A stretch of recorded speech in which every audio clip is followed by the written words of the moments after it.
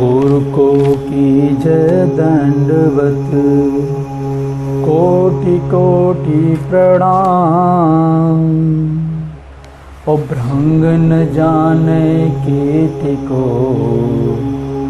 गुरु कर ले आप समान।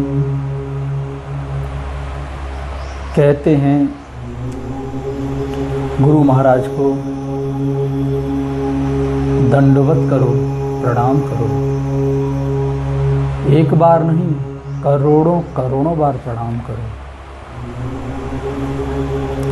क्यों करो, किस लिए करो कि जैसे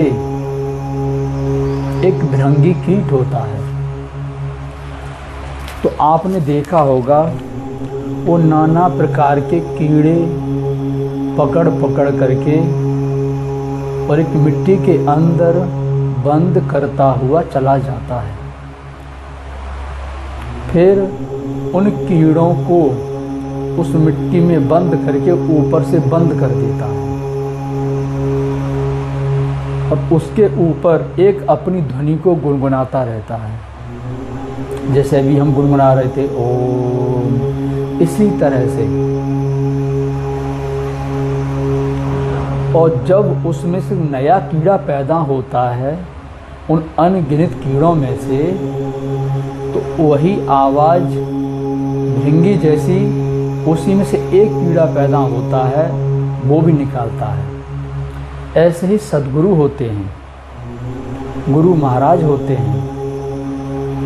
कहते हैं वो शिष्य नहीं बनाते, अपने समान गुरु बना करके ही छोड़ते हैं।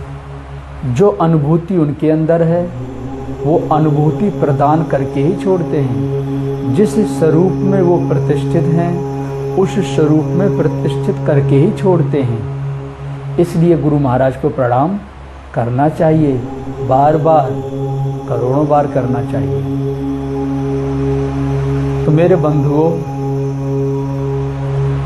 भृंगी कीड़ा न जाने कौन कौन से कीड़े पकड़ करके ला करके और बंद कर देता है और एक स्वर, एक ध्वनि में अपने ही जैसा एक नया कीड़ा पैदा कर देता है। तो ऐसे ही महापुरुष होते हैं, सद्गुरु होते हैं, उनके पास ना जाने हम सब कीड़े ही हैं। और कैसे कीड़े हैं, जैसे बाहर देखते हो वैसे ही। अरे हमारे अंदर दुर्गंध भी है, हमारे अंदर खुशबू भी है, गुण भी हैं, अवगुण भी हैं, नाना प्रकार के हमारे अंतःकरण में गुण अवगुण भरे हुए हैं। सद्गुरु के सानिध्य में पहुंचने पर हम जैसे कीड़े भी सद्गुरु ही स्वरूप को प्राप्त कर लेते हैं।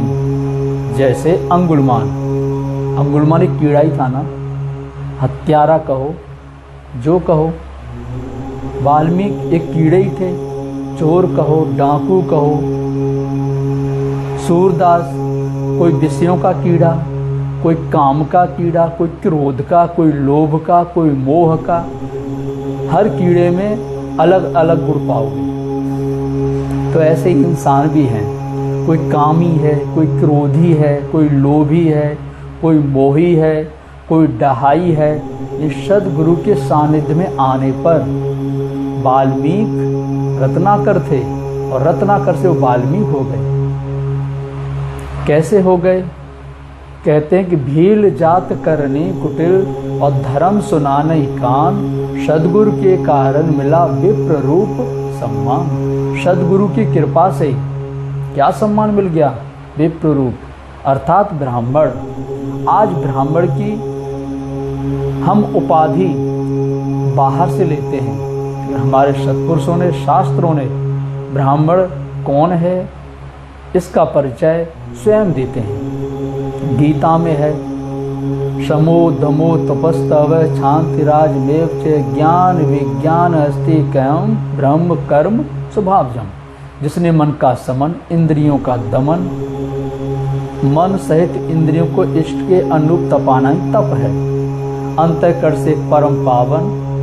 वे ज्ञान का ज्ञान, वे तार का त्यार, हर पर हर जड़ भगवान की बरदस्त के नीचे चल रहे हैं। ज्ञान जिन्होंने उस परम तत्परमात्मा को प्रत्यक्ष देख लिया,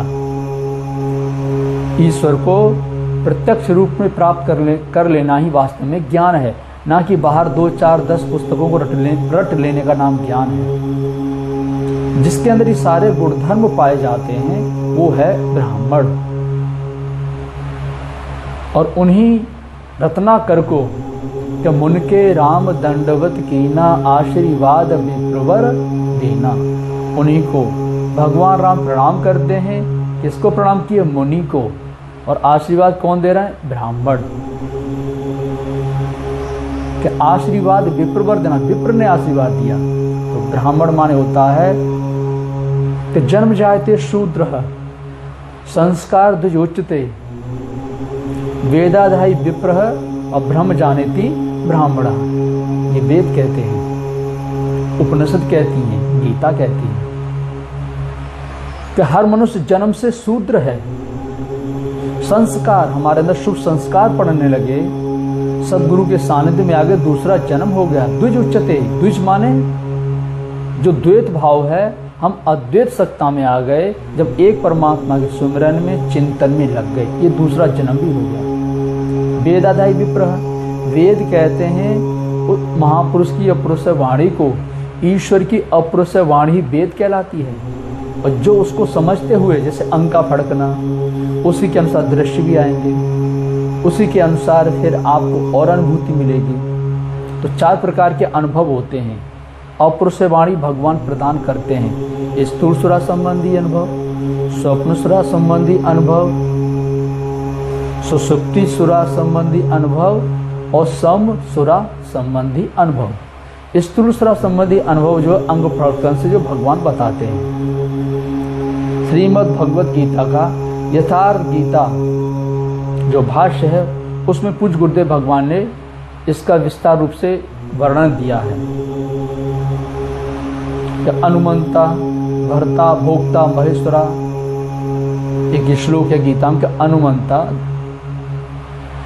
भर्ता, भोक्ता, महेश्वरा, भगवान अनुमति देते हैं, प्रदान करने लगते हैं कि उपदृष्टा, अनुमंता चा, भर्ता, भोक्ता, महेश्वरा। इस तरह से तो इसी का आशय यहाँ भी है कि स्थूल शरीर अंग फड़कन के द्वारा बताते हैं। फिर दूसरा स्वप्न सुरा और भजन चिंतन अच्छा होने लगा तो स्वप्न के माध्यम से बताएंगे। और अच्छा अनुभव हो गया तो 2 मिनट के लिए डॉक्टर बेहोश करके और मरीज का इलाज कर देता है। ऐसे ही भगवान वर्तमान में, भविष्य में, घंटे 2 घंटे बाद क्या घटना घटने वाली है, आपको क्षण भर में भगवान बता देंगे। श्रम सुरा संबंधी अनुभव जो महापुरुषों के अंतर्गत पाया जाता है, जो पूर्ण होने के बाद ही ये अनुभव प्राप्त होता है। तो ये प्रारंभिक 2 अनुभव भजन चिंतन साधना करोगे सदगुरु के द्वारा तो आपको भी प्राप्त होने लगेंगे। सबके लिए सुलभ है। भगवान सबसे बात करते हैं, चाहे गरीब हो, अमीर हो, चोर हो, डाकू हो, शराबी हो, कोई भी हो, भगवान सबसे बातें करते हैं जब वो सबके हृदय में है, सबके हृदय में विराजमान है। तो भला कैसे हो सकता है कि भगवान एक विशेष जाति वाले से बात करेंगे और उससे बात नहीं करेंगे? ऐसा कहने वाले एक रूढ़िवादी और भ्रांति फैलाने वाले हैं। तो भगवान सबके हैं, सबके हृदय में है। तो सुषुप्ति सुरा संबंधी अनुभव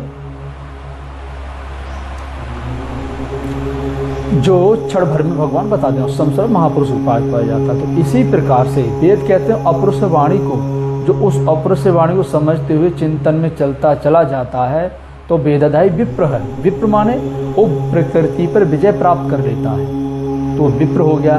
सत, रज, तम, ये 3 गुण हैं। ये त्रिगुण में प्रकृति कहलाती है, इनको काबू में कर लेता है। और ब्रह्म जानेति ब्राह्मण, जिसने ब्रह्म को जान लिया वो ब्राह्मण हो गया।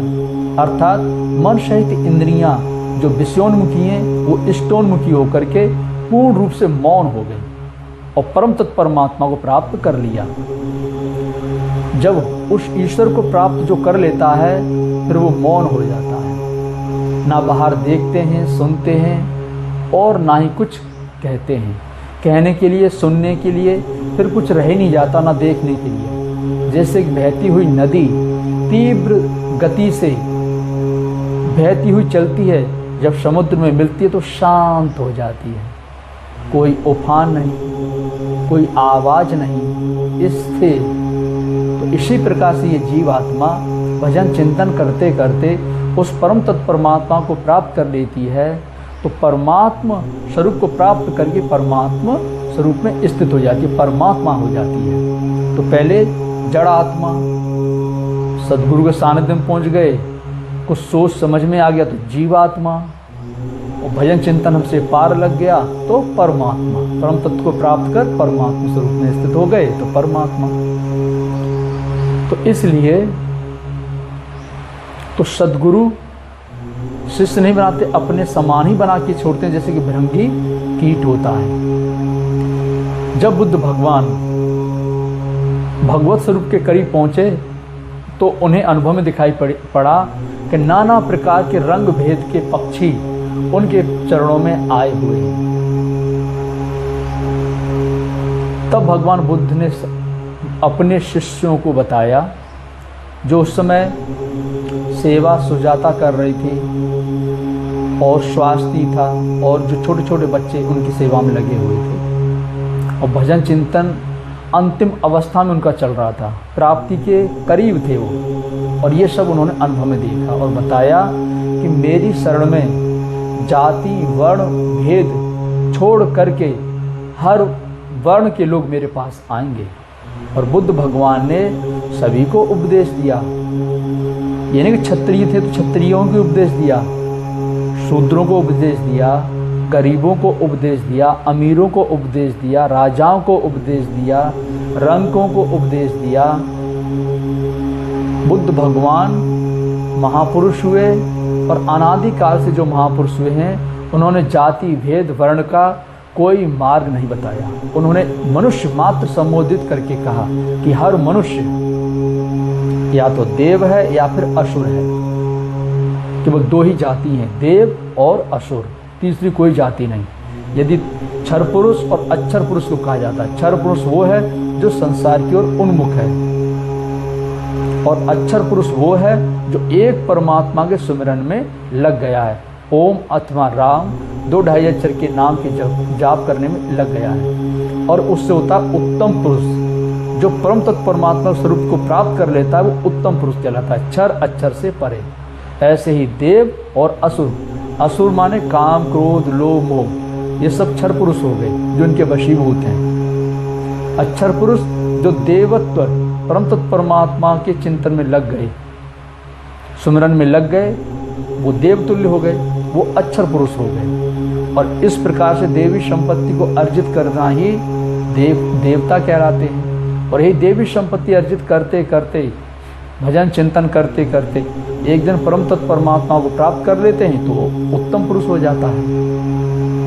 तो हमारे कहने का मतलब इतना ही है कि सदगुरु की शरण पकड़िए। और जो जाति पाति का नाम लेता है, जो जाति को एक बढ़ावा देता है कि इस जाति को ही ये विशेष अधिकार प्राप्त हैं, वो खुद गुमराह है और गुमराहियत को ही फैला रहा है। ऐसे रूढ़वादी लोग हैं, ये जड़ लोग हैं जो एक ही विशेष जाति को बार बार आगे कहते हैं। ब्राह्मण सर्वश्रेष्ठ है, लेकिन ब्राह्मण श्रेणी को प्राप्त करके, ब्रह्म तत्व को प्राप्त करके, ना कि ये जाति के नाम पर। ये जाति के नाम पर जो ब्राह्मण कहते हैं, ये जड़ता है, इनके पास कोई ज्ञान नहीं है सिवाय अज्ञान के, एक रूढ़वादिता, एक जड़ता छोड़ करके। हमारे शास्त्र क्या कह रहे हैं, महापुरुष क्या कह रहे हैं, ब्राह्मण है कौन। इसलिए आप भगवान का सुमिरन कीजिए, अपने धर्म शास्त्र का अध्ययन कीजिए, संपूर्ण प्रश्नों का समाधान पा जाओगे। ओम